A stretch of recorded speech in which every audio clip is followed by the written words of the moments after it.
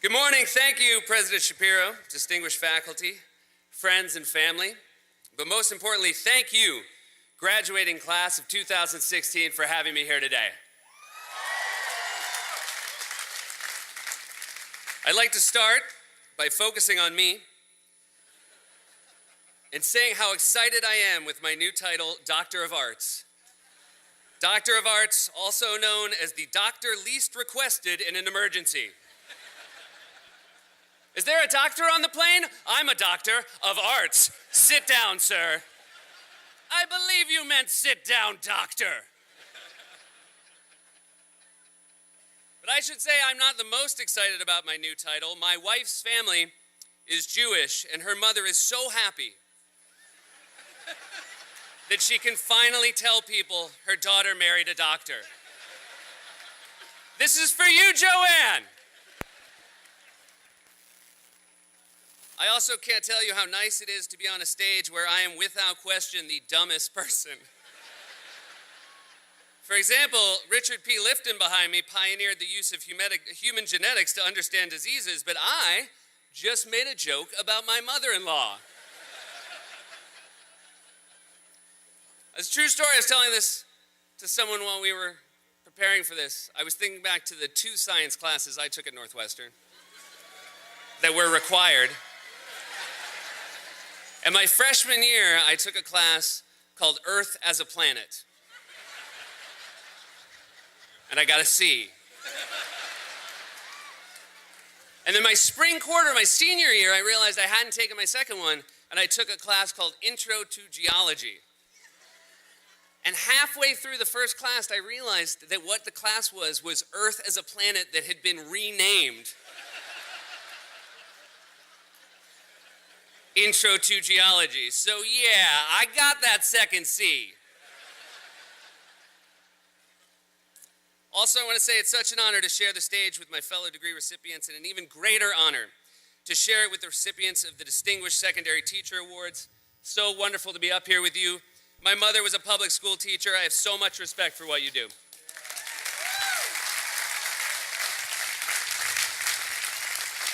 And I certainly wouldn't be here today if it wasn't for my teachers, both before and during my time at Northwestern. In fact, in preparing for this, I recalled a professor of mine here, Paul Edwards, who had a huge, huge impact on my life. And I realized I'd never told him that, so this week I emailed him my thanks. And he very touchingly wrote back, "New email, who dis?"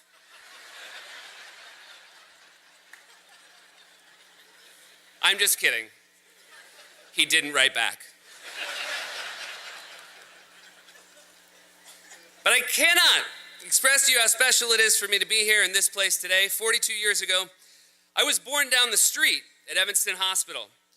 20 years ago, I graduated at this very same spot, and today I speak to you. Basically, every 20 years or so, a major life event happens for me on Central Street, which is why I'm so looking forward to 2036, when I will finally start my dream job at Mustard's Last Stand.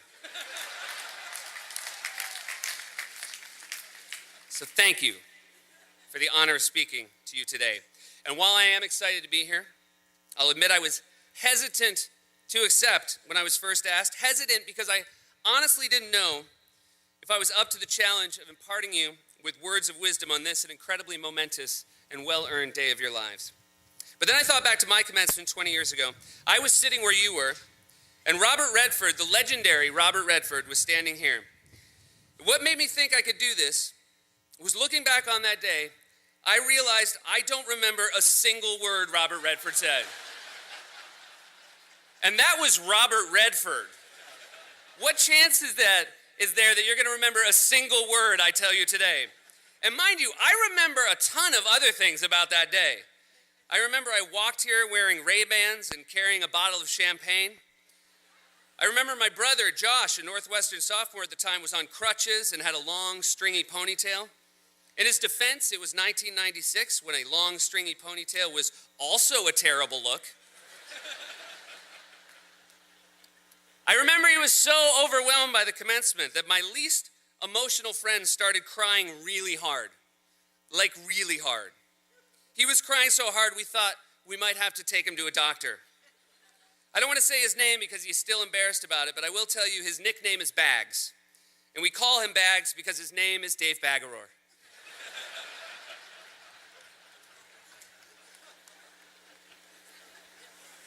I remember the night of my commencement, friends and I celebrating by blasting Bruce Springsteen's Thunder Road in our apartment over and over again.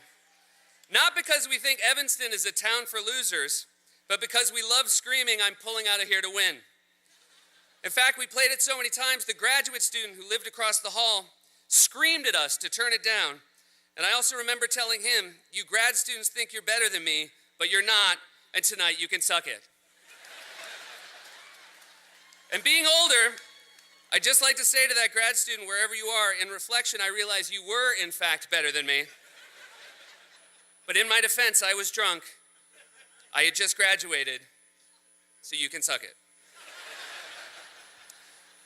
What I'm getting at is my words won't be what stays with you from today.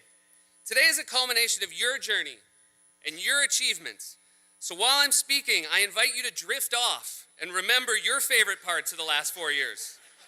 Remember what you accomplished and what you overcame and the fun you had and the people that you met, because that's what will stay with you. And I won't be insulted. In fact, later, when your degrees are being conferred, I promise that I too will drift off and pay no attention to that. Because another thing I remember about my commencement is that these things can be too long and kind of boring.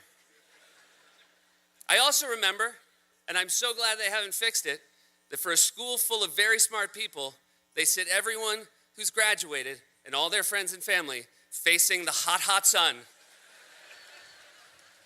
when it's at its highest point. I'm not the only one here you'll forget. In time, you will forget everyone who was on this stage. Pretty much the only person you're going to remember it all is President of the Alumni Association, Catherine Malsna, because I can tell you from experience that NU alumni relations will stay in your life. You are going to discover in your postgraduate years that those in charge of alumni relations truly are the Liam Neesons of collegiate life. They will look for you. They will find you. And you better have that checkbook out. Catherine Malsna has a very specific set of skills.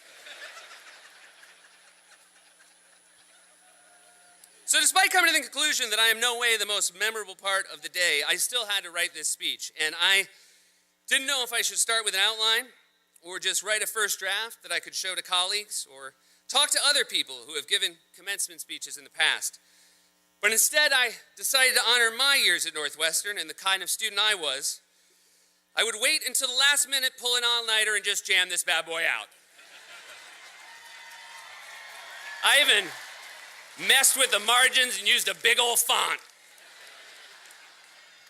President Shapiro's probably had his script locked since March. Meanwhile, as of Monday, all I had were notes on a legal pad that consisted fully of the words, "Something about following your dreams, maybe?" But it's funny, when I started at SNL, and the most important skill was being able to write under a deadline, I realized that all of my Northwestern procrastinating had actually been practice. In fact, I wasn't procrastinating at all. I was pro-practicinating. And you might be saying that's not a word, but I think I'd know, because remember, I'm a doctor of arts.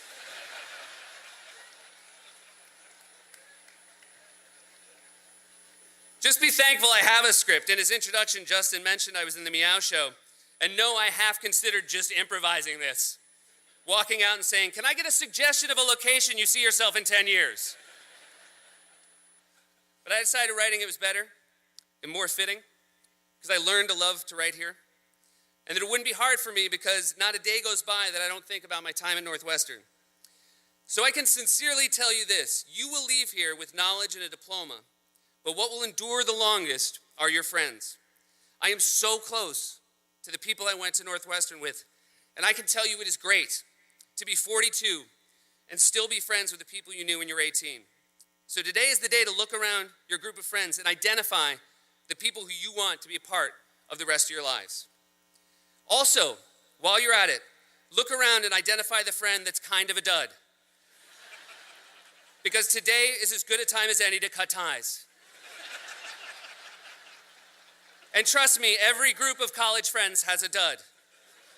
And if you're looking around right now saying, not my group of friends, that's probably because you're the dud.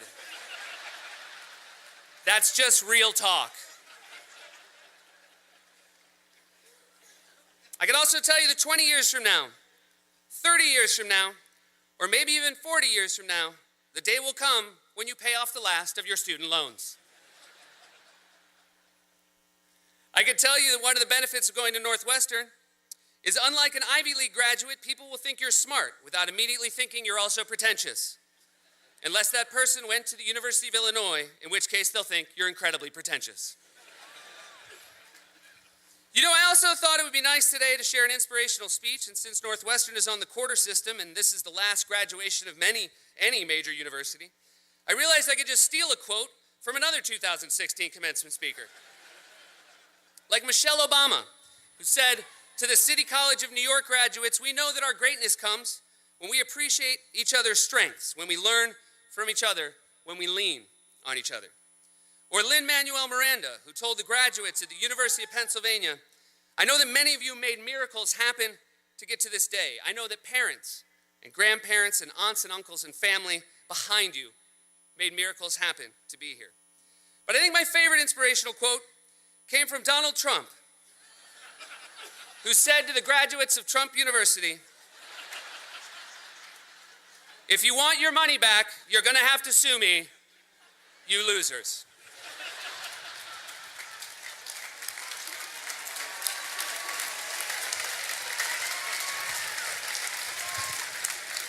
On a serious note, I can tell you it's often frustrating being the age you are now, and nothing will be more frustrating to you than trying to explain yourself and your ideas to older people. So when making your arguments, please be patient with us. You will be right about a great many things before we are, and we are slow on the uptake sometimes. For example, I might never figure out Snapchat, and I'm just going to have to be okay with that. At the same time, don't let older generations blame you for what they see as the problems of the world. You're too young for any of this to be your fault. You have a good decade before any of this is on you, so my only advice is use those 10 years well. And remember, the worst things that happen in this country don't happen because of hate or rage or fear. They happen because of apathy, so I encourage you to be people of action. I encourage you to do the most you can, while remembering the least you can do is vote. So vote. This election. Don't forget.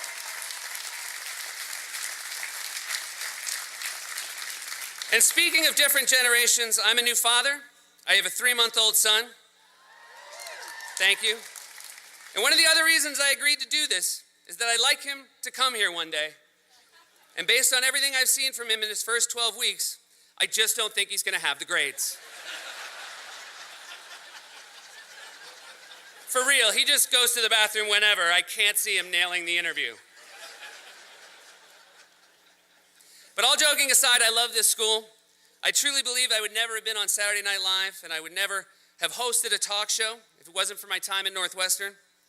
Because when I performed in the Meow Show and people laughed, I thought I just might possibly be funny because these people are smart. You've been surrounded by the best for the last 4 years, and there's no better favor you will do yourself than continuing to do that. Every success I've had in my life has been thanks to the people around me.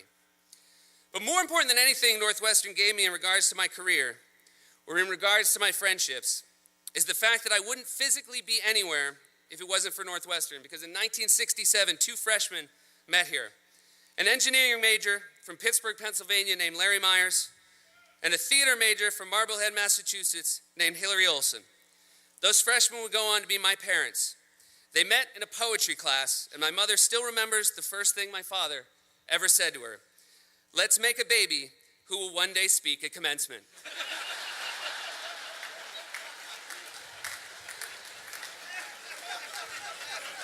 And she said to him, "Will they remember his speech?" And he said no. So Northwestern has always been family to me. My brother went here, my parents went here, And if he ever gets his act together, so will my son. But again, I'm not holding my breath. And this day is ostensibly about education, but it's really about your families and everything they did to help you get to this point. And as you move on in life, family will mean more to you than you can ever imagine. Because even if, like me, you marry someone who did not go to Northwestern, who thinks the amount you talk about the school is dumb, and that purple is not really your color, you'll still value family above everything.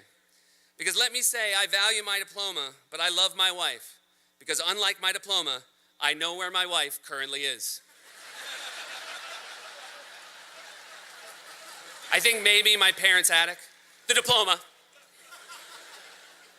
Most importantly, above all else, always remember that no matter what happens going forward, no matter what you accomplish in your life, you always will be able to say that you went to Northwestern University when Welsh Ryan was shitty.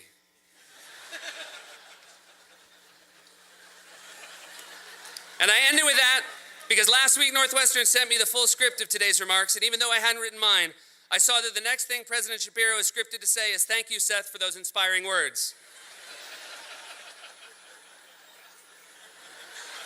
And I wanted to see if he would still say them.